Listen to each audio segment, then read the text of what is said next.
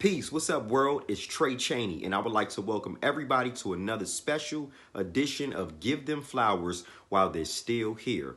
On today's episode, I speak with the legendary, iconic casting director, Mr. George Pierre. George has casted for a number of projects. We talking about Night School with Kevin Hart and Tiffany Haddish, the Bobby Brown story, American Soul, the Don Cornelius story, and one of the most special projects that's very near and dear to my heart is Saints and Sinners, Bounce TV's #1 hit show. I play the character Kendrick, and George Pierre is responsible for casting me. So check out this special edition of Give Them Flowers While They're Still Here, featuring none other than my brother, George Pierre. Man, hold up. Before we even get into this, let me let everybody know right now, this is the legendary George Pierre. Man, Pierre. No, hold up. You can't talk yet, man. You talk enough. So let me talk. This is the legendary George Pierre from Pierre Casting. I consider George Pierre one of the biggest casting directors in this industry in the world. Now, just a quick list. We talking about George has casted for Night School with Kevin Hart, Tiffany Haddish. We talking the Bobby Brown story. We're talking American Soul on BET, the Don Cornelius story, Ambition. And one of the joints that really hold a special place in my heart is, of course, Bounce TV's #1 show, Saints and Sinners, where I played the character Kendrick. But George, I wanted to let you know, man, this platform that I created called Give Them Flowers While They're Still Here is a platform where I talk to all of my friends in the industry, my family, and I just speak to them about ways that they've inspired me, that they've touched my life. And I couldn't do this without having you on here. So real quick, before I let you speak, I got to go back in time. Now, we talking a couple years ago, I auditioned for Stomp the Yard. You were casting for Stomp the Yard a couple years back. Yeah, that was wild. Okay. But that's where me and your relationship was established. I didn't get the role, but our relationship was established. So everybody knows that The Wire was my first television gig as an actor, my first audition ever. So that's where I became a fan. That's where I became a fan. Like, I was just like, yo, that's The Wire. Exactly. Like, everybody loves The Wire. Exactly. So, The Wire ran from 2002 to 2008. So Poop, my character, I was on it all 5 seasons. But in 2008, I had a choice whether to continue to go or keep or give up. Continue to keep going or give up. Because as an actor, we come into these periods in time where it might not necessarily be a lot of work coming through in television and film. So we have to recreate, rebrand ourselves, and think of ways to make income and all of this type, anything you could think of as an actor. This just going through it right now. So from 2008 to 2015, I was on the streets of DC selling my own merchandise. I was shooting my own films out the trunk of my car. Now I'm fast forwarding to 2015.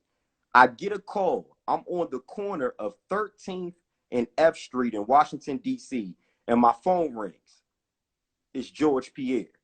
I'm like, oh, what's up, George? You like, yeah, I got this situation for you, man. We're talking about when The Wire ended in 2008. I didn't hear from you for some years. I didn't hear from you for years, but at the same time, the point I'm making is relationships are so important, and when you leave a good impression on people. So obviously, I must have left a good impression on you, and then you love The Wire. But let me finish, because I know you want to chime in. So I get this call. You don't necessarily tell me everything about Saints and Sinners. You just say, yo, it's Bounce TV. They're going to go another season. It's in Atlanta. Long story short, everything from that day, I had like $5 in my pocket. Because like I said, I was on the streets. I didn't know how I was going to pay the next month's rent. I remember you negotiating everything, bro. I remember everything. That was the first time I had ever been flown out to another city, another state to shoot something, put up in a hotel, pay per diem, But you made all of that possible. And that's, I could not do this show without saying you are a part of my journey. So any actor on here right now that's listening and paying attention, you gave me an opportunity that I will never forget. And when people talk about Trey relocating from DC to Atlanta, George Pierre, you are a part of everything that I'm doing right now. You gave me an opportunity that you don't even understand. You know what I'm saying? And I just want to give you your flowers on my show in front of all of these people that's tuning in, because you deserve your flowers while you still here. I love your wife, Teresa, your kids, She's your on whole right family. now. I already know. I love all of them. But I'm going to tell you like this. Every chance I get to publicize who gave me an opportunity, George Pierre's name comes up. I don't care what platform, Breakfast Club, interviews. I don't care what type of interviews I'm doing. But brother, I had to have you on here just to say thank you. And I love you, man. And I'm just honored to even be outside of the industry, your brother.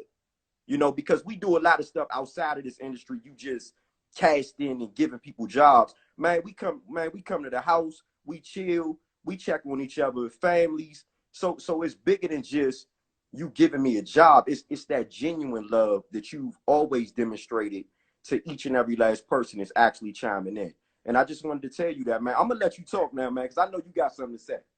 Well, first and foremost, let's just, prayers out to the family of Brother Arbery, Ahmad, with this whole ridiculousness Yeah, that we can't even jog now without being hurt, you know. Fact. So prayers and heartfelt prayers and condolences, even though it happened well over 2 months ago. But Yeah.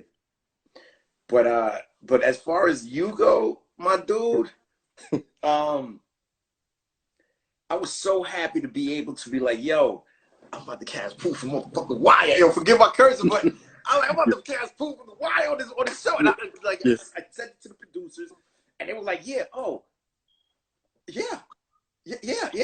And it worked. Wow. And your character on that show has just like.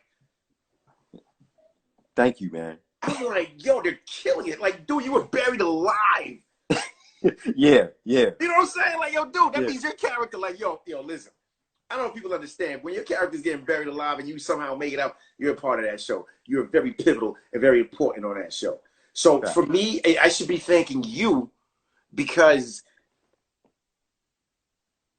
you've done, coming from The Wire and doing a huge ass show and coming on this smaller show, which has grown. Yeah. Because of the individuals that we have on there, kudos to you. I tip my hat to you, brother, because you're always positive.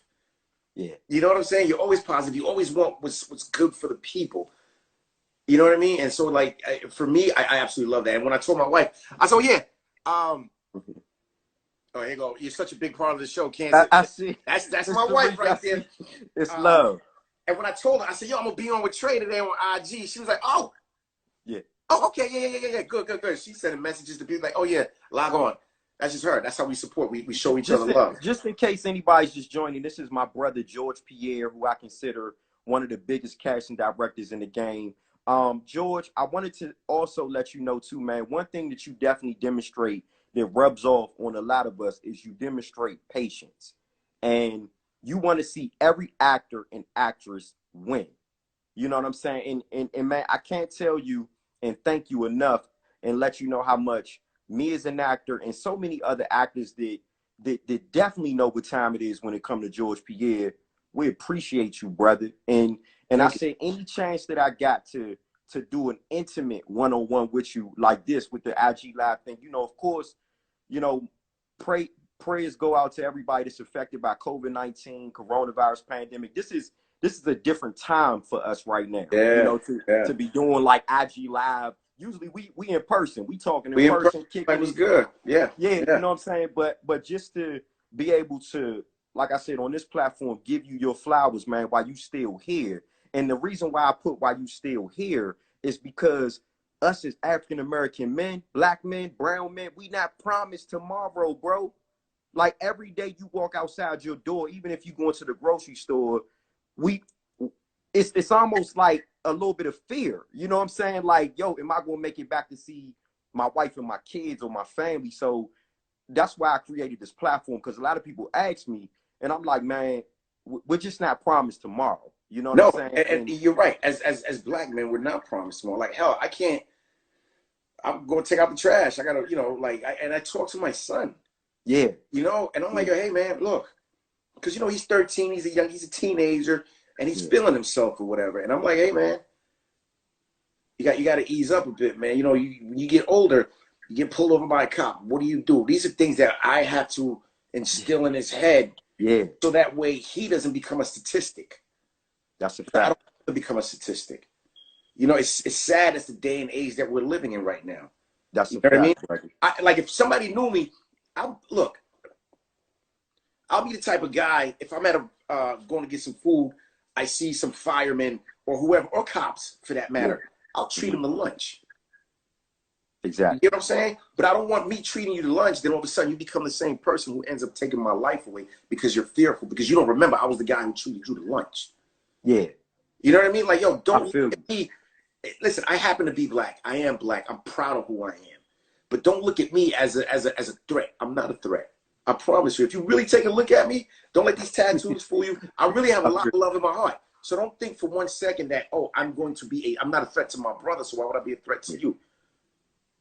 I feel you, brother. So George, real quick, a lot of people are hitting me saying, during this whole coronavirus, COVID-19 pandemic, how has things changed for you as the casting director that used to seeing people in front of you? Like, what are some of the things that you've been up to briefly you could just touch on being in the house quarantine?